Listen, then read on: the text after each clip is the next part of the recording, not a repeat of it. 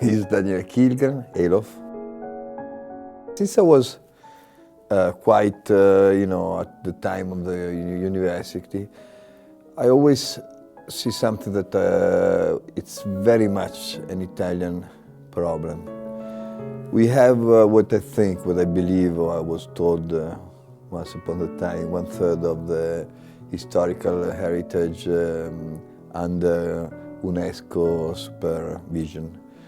But what happened basically, that in Italy we try to consider the history that has to be saved is usually something monumental.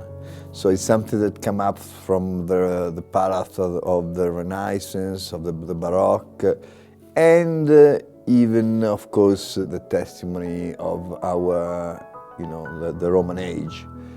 But even that, if you think, it was actually a discovery of the 18th century during, with the theory of Winckelmann, in a kind of cultural milieu that, it contemplated even the discovery of Ercolano and Pompeii.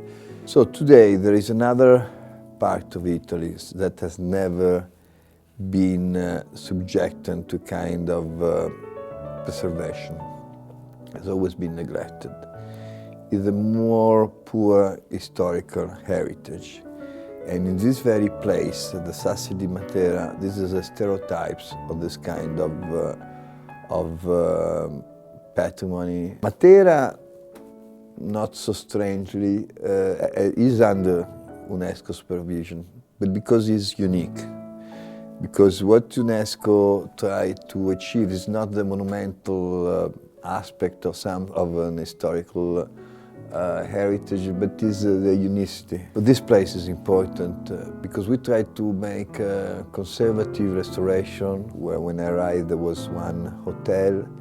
Now there is more than 20 bed and breakfasts and similar things without building any new square meter. So I do believe that this could be the Italian way. Somebody asked about the Made in Italy. We have lots of history, like everybody knew since the first grade.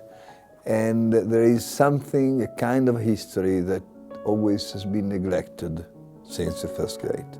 This is a case, this kind of places. People are looking for, the identity.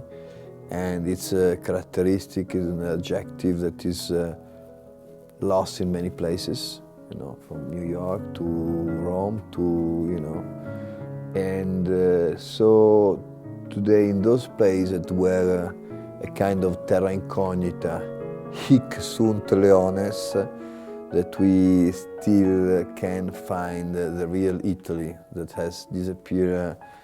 So what I believe about the future of this place is, of course, it's there should be touristic place. Lots of people ask me, but don't you become a kind of Disneyland?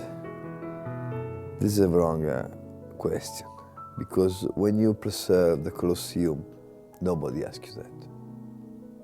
So if you ask that preserving this kind of place, it's become a kind of Disneyland, that means that you believe that this kind of historical heritage is not so important like the Colosseum, like the Corsini Palace, Farnese Palace, so it's a prejudice. I think what we try to do, what we have done, and we had with the help of all my friends around me here, in the last 10, 15 years, the very simple idea that even such places were not glorified by, richness in any way, shape or form, but still they're very, very eloquent about what the lives of those people were 100 years ago. It's very important to have a preservative approach.